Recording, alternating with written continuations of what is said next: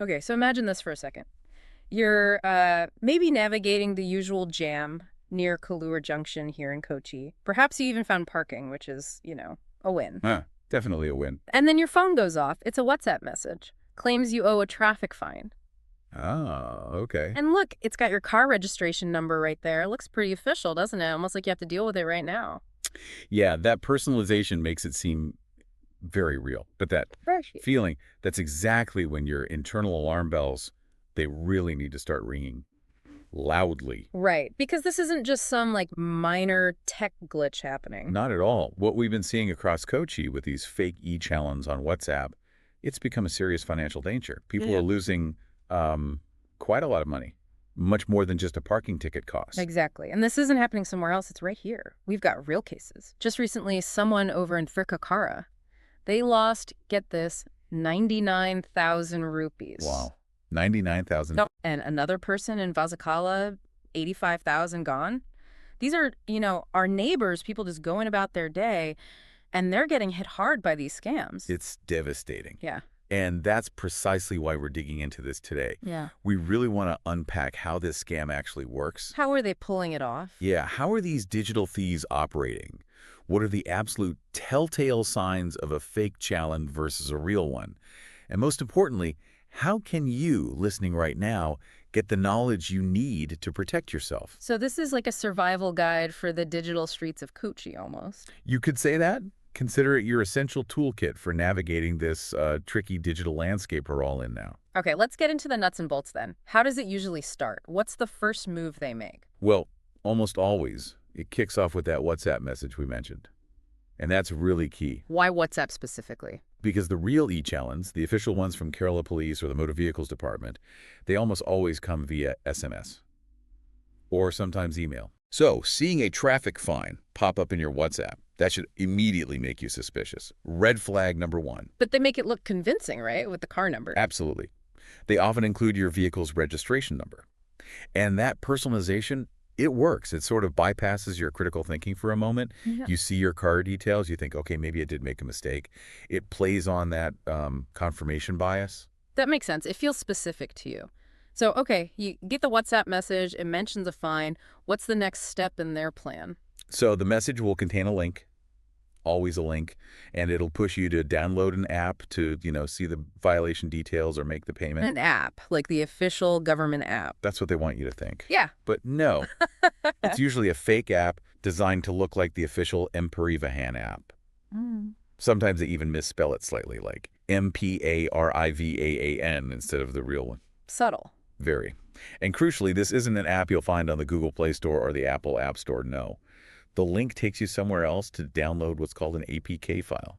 An APK file. What's that exactly? It's basically an installation package for Android apps. Think of it like a setup file for a computer program, but for your phone.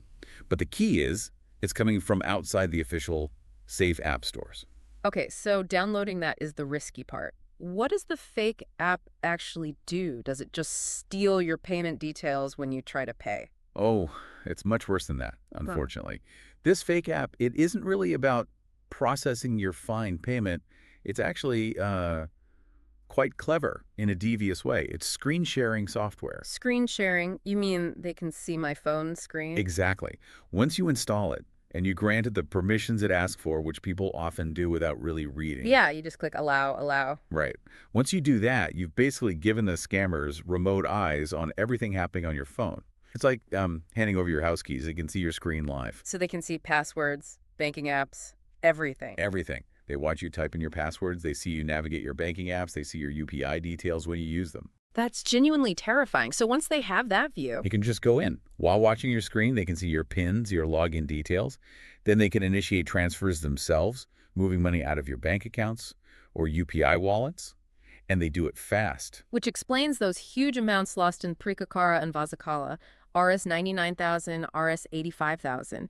They can drain accounts quickly. Very quickly. Once they have that screen access, the financial damage can happen in minutes. And after they've taken the money? Poof, they disappear.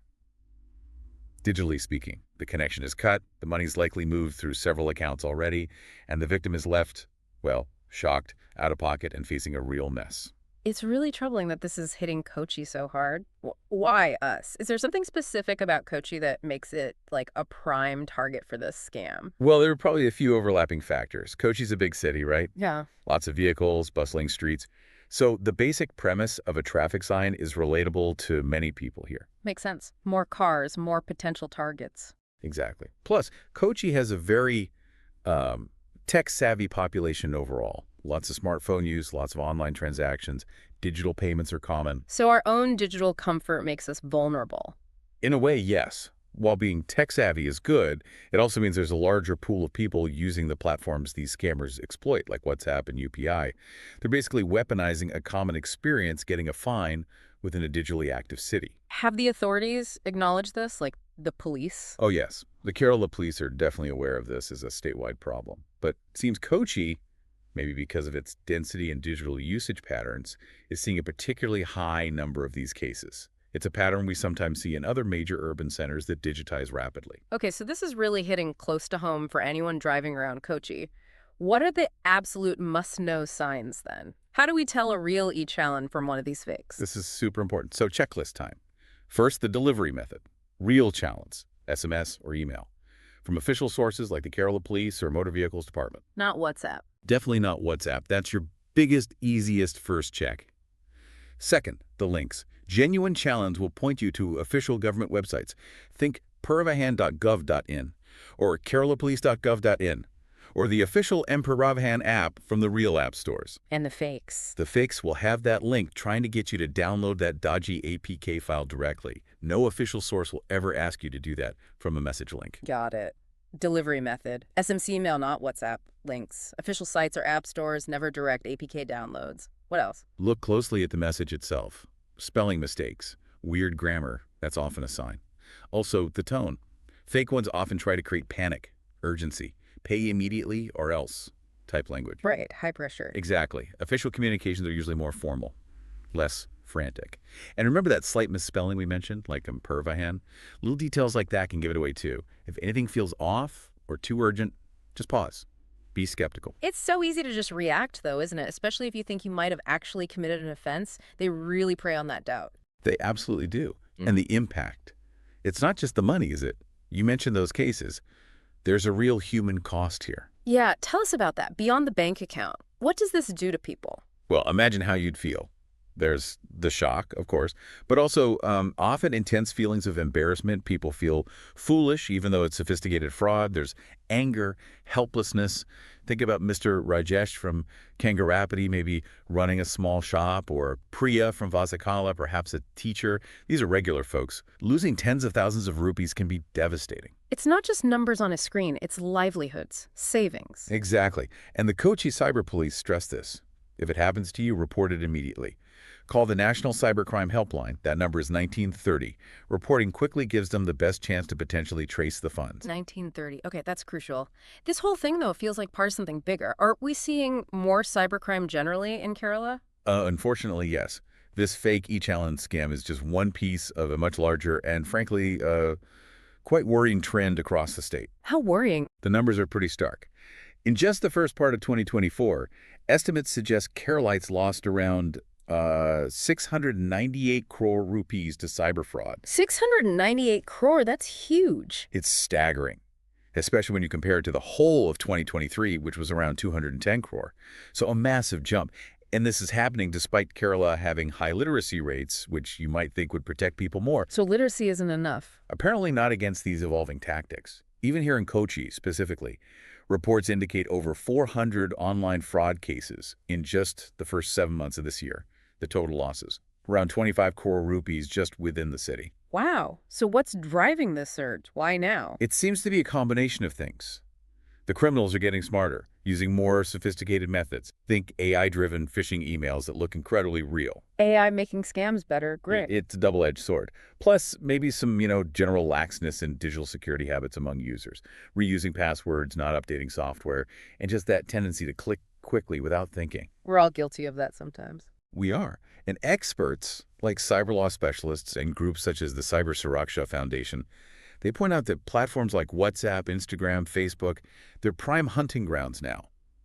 Scammers use them for all sorts. Fake investments, job offers, even these bizarre digital arrest scams, Digital arrest, what's that? where they impersonate police or officials, claim you're involved in a crime, and demand money to sort it out remotely.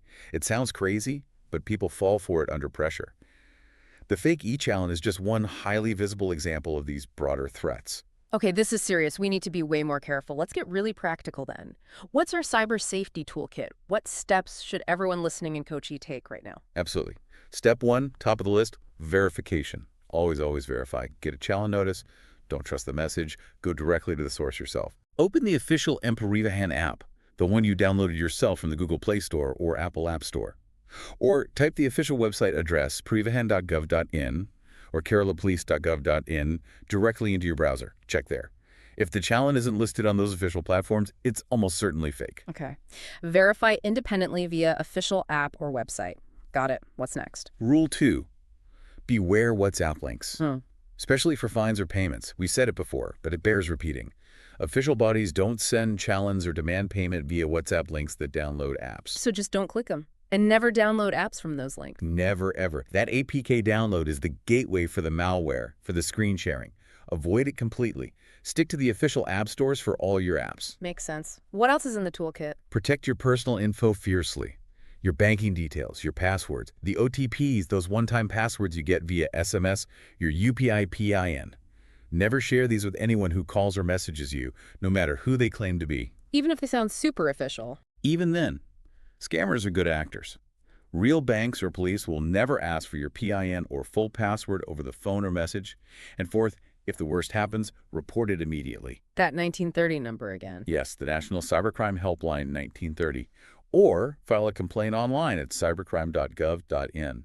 Time is critical if there's any chance of recovering funds or stopping further misuse. Verify, beware WhatsApp links, protect info, report fast. Anything else? One more thing, and it's simple but powerful. Talk about it. Spread the word. Tell your family, your friends, your colleagues, especially those who might be less tech-savvy.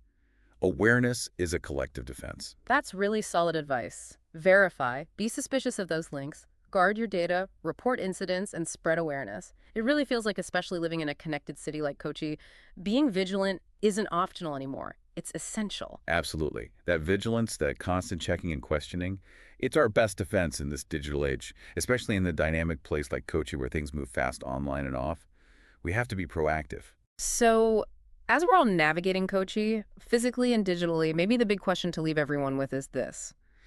How do we, as a city that's pretty forward-thinking with technology, how do we collectively get smarter than these criminals?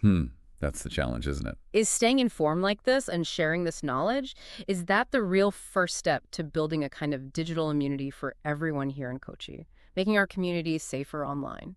I think it has to be. That shared awareness, that collective responsibility for digital safety, that's probably our most powerful tool to fight back and hopefully eventually outsmart them.